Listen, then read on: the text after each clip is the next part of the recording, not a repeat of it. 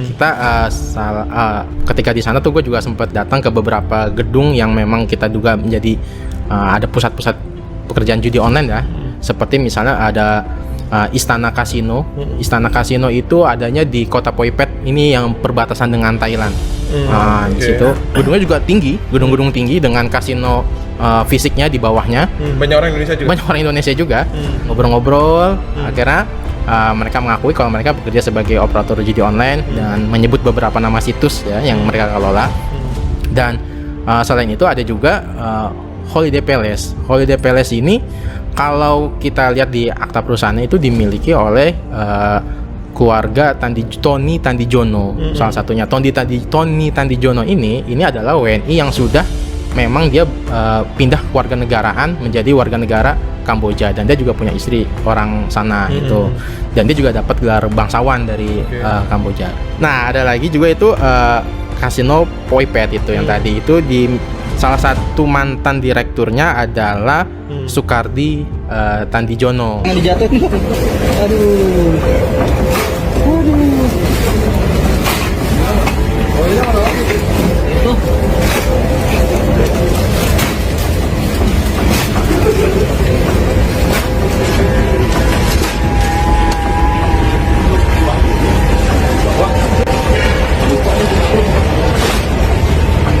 Situs yang diblokir oleh Kemenkominfo pada waktu itu bukan situs judi online, tapi situs WordPress.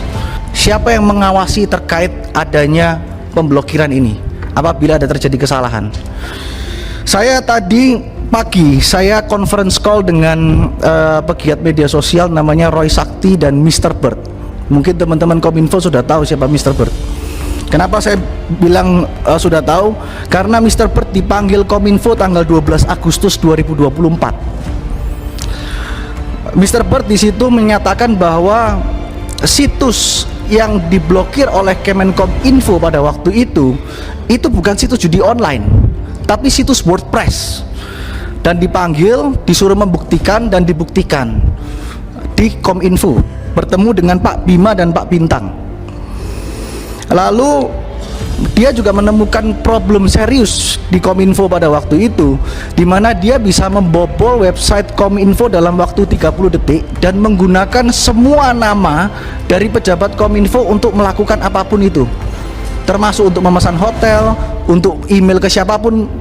Jadi itu sampai detik hari ini sudah disampaikan dan ditunjukkan dan belum diperbaiki sampai hari ini.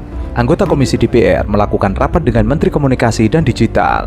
Salah satu pembahasan dalam rapat tersebut terkait pemblokiran judi online yang melibatkan oknum pegawai Komdigi. Anggota DPR mengkritik kinerja mantan Menteri Komunikasi dan Informatika Budi Ari Setiadi selama menjabat. Pasalnya, baru-baru ini Polri menangkap sejumlah pegawai Kementerian Komunikasi dan Digital karena diduga melindungi judi online. Saat itu, Budi Ari memimpin kementerian tersebut. Pada akhir tahun 2023, tersangka AK mengikuti seleksi penerimaan calon tenaga pendukung teknis sistem pemblokiran konten negatif yang bersifat terbatas di Kementerian Komunikasi Digital, dan hasilnya terhadap tersangka AK dinyatakan tidak lulus. Namun faktanya tersangka AK kemudian dipekerjakan dan diberikan kewenangan untuk mengatur pemblokiran website perjudian. Sebelumnya, Polda Metro Jaya telah menangkap 15 orang terkait kasus judi online, yang 11 diantaranya merupakan pegawai Kementerian Komdigi. Pegawai Kementerian Komdigi yang terlibat kasus judi online diduga melakukan penyalahgunaan wewenang. Mereka diberikan kewenangan untuk melakukan dan mengecek web-web judi online. Mereka juga diberikan kewenangan untuk memblokir. Namun mereka menyalahgunakan hal tersebut karena mereka sudah kenal dengan satu sama lain. Mereka tidak memblokir dan malah menyewa dan mencari lokasi sendiri sebagai kantor satelit. Budi Ari juga dia membuat unggahan yang terakhir, dia menulis seperti ini. Pertanyaan buat yang ditangkap dan seluruh pejabat Komdigi, pernahkah ada perintah baik lisan atau tertulis dari Menkominfo yang artinya adalah dirinya, karena namanya masih Menkominfo kan Budi Ari sebelumnya ya. Apakah ada perintah baik lisan atau tertulis dari Menkominfo untuk tidak men-take down satu situs atau website judul saja? Jadi apakah pernah dia memerintahkan dia untuk men-take down begitu, untuk tidak men-take down satu saja website dari judul? Begitu. Jadi dia mempertanyakan buktinya mana begitu kan Mas Hersu, sehingga dia terkait dalam kasus memelihara 1000 akun judul atau 1000 website judul yang sekarang ini sedang dalam kasus ini sedang didalami oleh kepolisian. Nah, sekarang kalau kita melihat akun dari Budi Ari ini di Facebook itu sudah lenyap Mas Hersu, tidak bisa. Akunnya masih ada, tapi sudah di private begitulah ya. Kita tidak bisa membuka lagi gitu, karena memang diserbu habis-habisan ini Mas Hersu. Nah, kemudian Seharusnya ada 5.000 situs judi online yang diblokir. Namun, 10 oknum pejabat dan pegawai Komdigi tersebut hanya memblokir 4.000 situs judul saja. Sementara 1.000 situs judi online sisanya diamankan agar tetap aktif. Salah satu oknum pegawai dari Komdigi mengatakan bahwa mereka mematok harga 8,5 juta per situs judi online yang diamankan. Artinya, jika dikalkulasi, mereka meraup 8,5 miliar rupiah sebagai imbalan memelihara 1.000 situs judi online tersebut. mereka yang sudah tertangkap itu viral sekarang, yang ditelanjangi istilahnya begitu, atau dikuliti istilah itu dari netizen ya, itu salah satunya adalah bernama Denden Imaduddin. Kalau saya lihat ini sosok yang tertangkap di klaster pertama, jadi ada 11 yang tertangkap, itu 10 kan dari pegawai Komdigi begitu ya.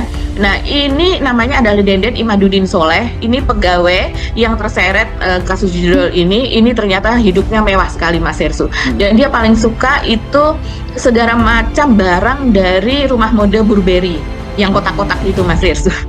Dan ini ya, dia itu menjabat sebagai ketua tim keamanan informasi Direktorat Pengendalian Aplikasi Informatika. Luar biasa sekali.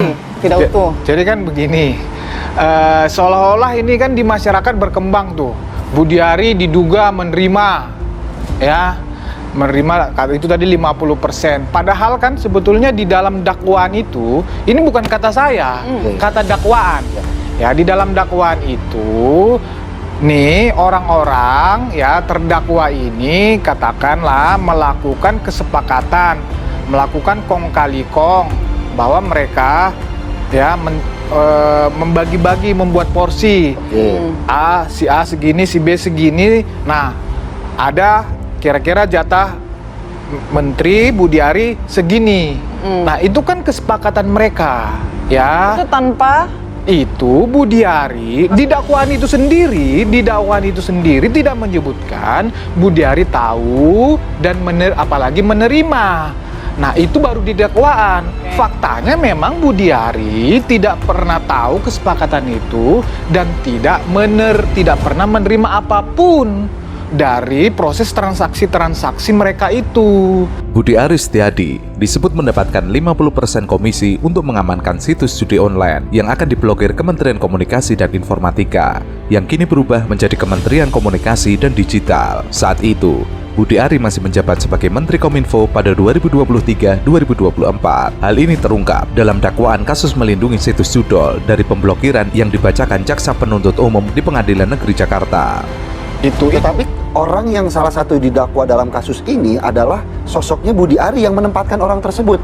Nah, Mas Reddy, bagaimana menanggapi? Ya, ini saya jelaskan lagi kronologinya. Ini berdasarkan dakwaan juga, dan berdasarkan kata saya. Ya.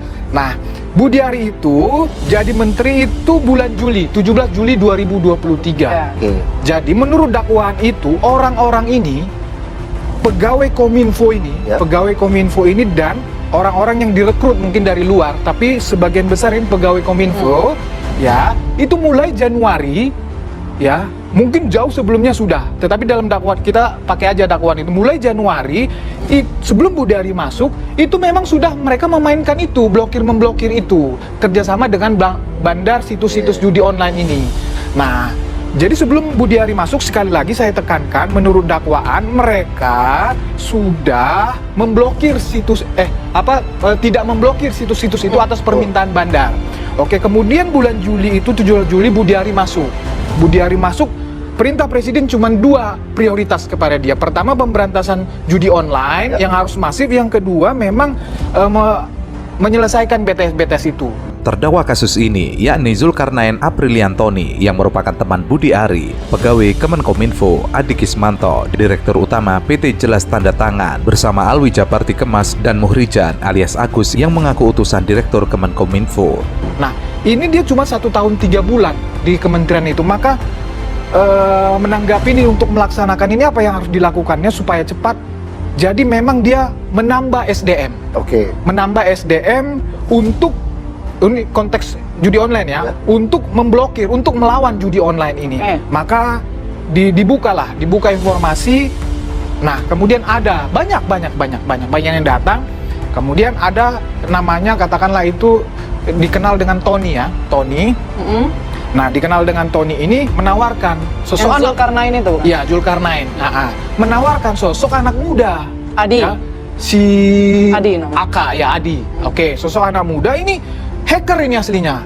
Oke, kemudian dilihat SDM-nya, kemudian oleh Budi Ari dites.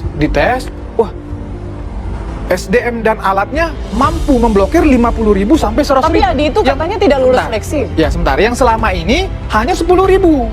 Jadi kan naik. Wah, ini progresif. Anggota DPR mengkritik kinerja mantan Menteri Komunikasi dan Informatika Budi Ari Setiadi selama menjabat. Pasalnya, baru-baru ini Polri menangkap sejumlah pegawai Kementerian Komunikasi dan Digital karena diduga melindungi judi online. Saat itu, Budi Ari memimpin kementerian tersebut. Sebelumnya, Polda Metro Jaya telah menangkap 15 orang terkait kasus judi online, yang 11 diantaranya merupakan pegawai Kementerian Komdigi. Pegawai Kementerian Komdigi yang terlibat kasus judi online diduga melakukan penyalahgunaan wewenang. Mereka diberikan kewenangan untuk melakukan dan mengecek web-web judi online. Mereka juga diberikan kewenangan untuk memblokir. Namun mereka menyalahgunakan hal tersebut karena mereka sudah kenal dengan satu sama lain. Mereka tidak memblokir dan malah menyewa dan mencari lokasi sendiri sebagai kantor satelit. Nah, oke, tadi ditanya selama ini dia prosesnya tidak lulus seleksi. Tapi karena sudah atensi, begitu bahasanya. Karena ijazahnya tidak ada. S1-nya hanya SMA. Seperti yang saya katakan tadi, di dunia IT itu lazim. Ya, yang dilihat itu kemampuan, sehingga ya bukan masalah atensi. Ini kan yang mengurus administrasi penerima segala ini kan Direktur Pengendalian. Maka atas pertimbangan itu coba apa yang bisa dilakukan, skema apa supaya dia ini kemampuan dia ini bisa kita pakai kan. Nah, kemudian berlanjut. Nah, diterimalah. Nah, ini bekerja bagus ya, diblokir situs itu. Nah, orang-orang yang saya bilang tadi bekerja ini menjadi terganggu ya. Bandar-bandar ini terganggu, diblok-blok sama si AK ini terganggu. Wah, datang mereka ini, wah kita harus dekatin ini Deden dan kawan-kawan ini, dan datanglah tawaran-tawaran tersebut ya. Datanglah, didekatin lah ini. Yang pertama kali didekati siapa? Yang tadi saya bilang orang Kominfo yang sejak awal ini udah main ini kan terganggu. Ini komandannya Deden ini, ketuanya Deden ini. Nah, jadi terganggu karena di blok-blok ini. Kemudian ini datang. Seharusnya ada 5.000 situs judi online yang diblokir. Namun, 10 oknum pejabat dan pegawai Komdigi tersebut hanya memblokir 4.000 situs judol saja. Sementara 1.000 situs judi online sisanya diamankan agar tetap aktif. Salah satu oknum pegawai dari Komdigi mengatakan bahwa mereka mematok harga 8,5 juta per situs judi online yang diamankan. Artinya, jika dikalkulasi, mereka meraup 8,5 miliar rupiah sebagai imbalan memelihara 1.000 situs judi online tersebut. Dekatin si AK ini, dekatin. Ditawarin lah persentase, ayolah segini, tapi berkembang terus. Tapi sampai datang ke Pak Budi juga nggak? Sampai sekarang fakta, kita bicara kejaksaan dakwaan itu dulu ya. Sampai sekarang tidak ada seorang saksi pun, tidak ada satu bukti pun ya, tidak ada satu bukti pun yang menyatakan itu. Soalnya kan ada disebut juga ya bahwa bahkan sempat datang juga nih Zulkarnain begitu dan kawan-kawan ini ke rumah dinas Pak Budi di Widya Chandra itu untuk kan hal ini. Tony itu emang teman dia, kan saya bilang tadi dalam proses perkutan itu disebarlah informasi, ya datang, banyak yang datang, termasuk Tony ini membawa AK, kan begitu. Ujungnya tadi presentasi kemampuan ini. Iya, datang, bener. Ke rumah Pak Budi. Datang ke rumah Pak Budi, ya ngobrol. Membahas presentasi pembagian tadi, 50. Bukan, membahas tentang pemberantasan judi online ini.